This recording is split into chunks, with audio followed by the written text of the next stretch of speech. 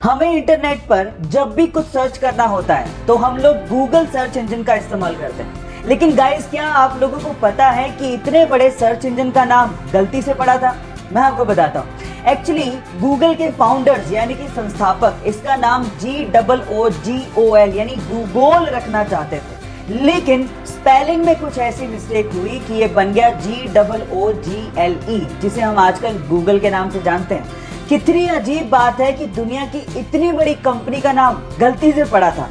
क्या आप लोगों को इससे पहले तक इफेक्ट पता था? और अगर नहीं पता था तो चैट सेक्शन में लिखना मत भूलिएगा।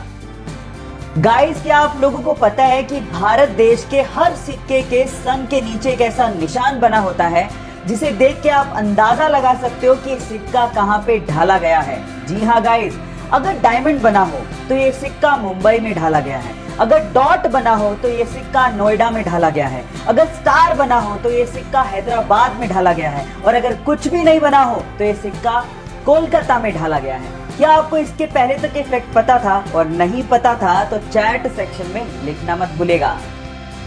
गाइस, आप लोगों ने किसी भी नदी के ऊपर से गुजरते ब्रिज को तो देखा होगा। वो ब्रिज इसलिए बनाए जाते हैं ताकि नदी के एक तरफ से दूसरी तरफ तक ट्रैफिक को ले जाया जा सके। लेकिन फ्रांस ने दुनिया का पहला ऐसा ब्रिज बना के तैयार किया है जहां से ट्रैफिक को नहीं बल्कि एक नहर को नदी के ऊपर से पास करवाया जाता है। कितना अमेजिंग लगता होगा ना कि नीचे से नदी बह रही है और ऊपर के पुल से कोई स्पीड बोट निकल रही है।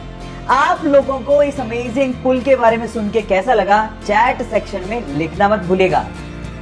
आजकल के स्मार्टफोन में यूज होने वाले फिंगरप्रिंट सेंसर्स टेक्नोलॉजी वाइज इतने ज्यादा एडवांस होते हैं कि वो जिंदा आदमी और मरे हुए आदमी के फिंगरप्रिंट्स के बीच में डिफरेंस कर डालते हैं। मतलब ये हुआ कि मान लीजिए आपने किसी मरे हुए आदमी के फोन को उसी के फिंगरप्रिंट से खोलने की कोशिश करी तो फिंगरप्रिंट सेंसर उसे सेंस करके अनलॉक होने ही नहीं देगा। ये ऐसा इसलिए होता है क्योंकि मरने के बाद हमारे फिंगरप्रिंट सिकुड़ने लगते हैं, जिसे फिंगरप्रिंट सेंसर आइडेंटिफाई कर लेता है और फोन को कभी अनलॉक नहीं होने देता। इतनी एडवांस टेक्नोलॉजी आप लोग अभी यूज कर रहे हैं। क्या आपको इसके पहले तक ये बात पता थी? और नहीं पता थी तो चैट सेक्शन में लिखना मत भूलिएगा। रोल्स रॉयस दुनिया की सबसे महंगी कारों में शुमार है इसका नाम। लेकिन क्या आपको पता है कि रोल्स रॉयस की कारों के पहियों में लगा हुआ RR का लोगो पहिया घूमने के साथ कभी भी उल्टा नहीं होता, वो हमेशा सीधा रहता है। अगर आपने कभी गौर किया हो तो जितनी भी कार कंपनीज हैं वो अपने कार के पहियों के बीचों बीच कार का लोगो लगाती हैं, लेकिन जैसे ही पहिया घूमता है लोगो भी उल्टा हो जाता है। लेकिन रोल्स रॉयस की कारों में ऐसा मैकेनिज्म यूज किया गया है जिससे कार का पहिया घूमने के बावजूद भी RR का लोगो हमेशा सीधा ही रहता है। इससे रोल्स रॉयस कंपनी ये संदेश देना चाहती है कि कंपनी हमेशा ऊंचाइयों और सफलता की तरफ देखती है। क्या ये फैक्ट आपको इसके पहले तक पता था? और नहीं पता था तो चैट सेक्शन में लिखना मत भूलिएगा। क्या आप लोगों को पता है कि टॉम क्रूज अपनी अगली मूवी की शूटिंग स्पेस में करने वाले हैं? जी हाँ गाइस, आपने ठीक सुना, स्पेस में। और ये पहली ऐसी मूवी होगी जिसकी शूटिंग रियली स्पेस में की जाएगी। और इस काम में टॉम क्रूज की मदद एलॉन मस्क की कंपनी स्पेसएक्स और नासा भी कर रही है।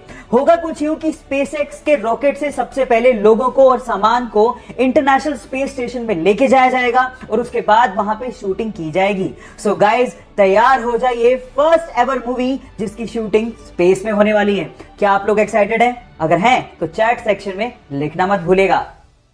एक बार एक महिला अपने बच्चों के साथ एक ज्वेलरी शॉप पे जाती है और अपनी अंगुली से अंगूठी निकाल के सेल्समैन को देकर ये कहती है कि मुझे इसे बेचना है।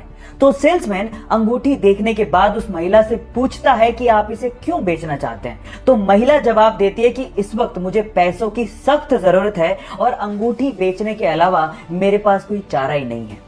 ये सुनकर सेल्समैन का दिल भर जाता है और उसके बाद जितने पैसों की जरूरत उस महिला को थी वो सेल्समैन उसे वो पैसे देता है। लेकिन आंखों से आंसू तब आ जाते हैं जब वो सेल्समैन उस रिंग को भी उस महिला को लौटा देता है।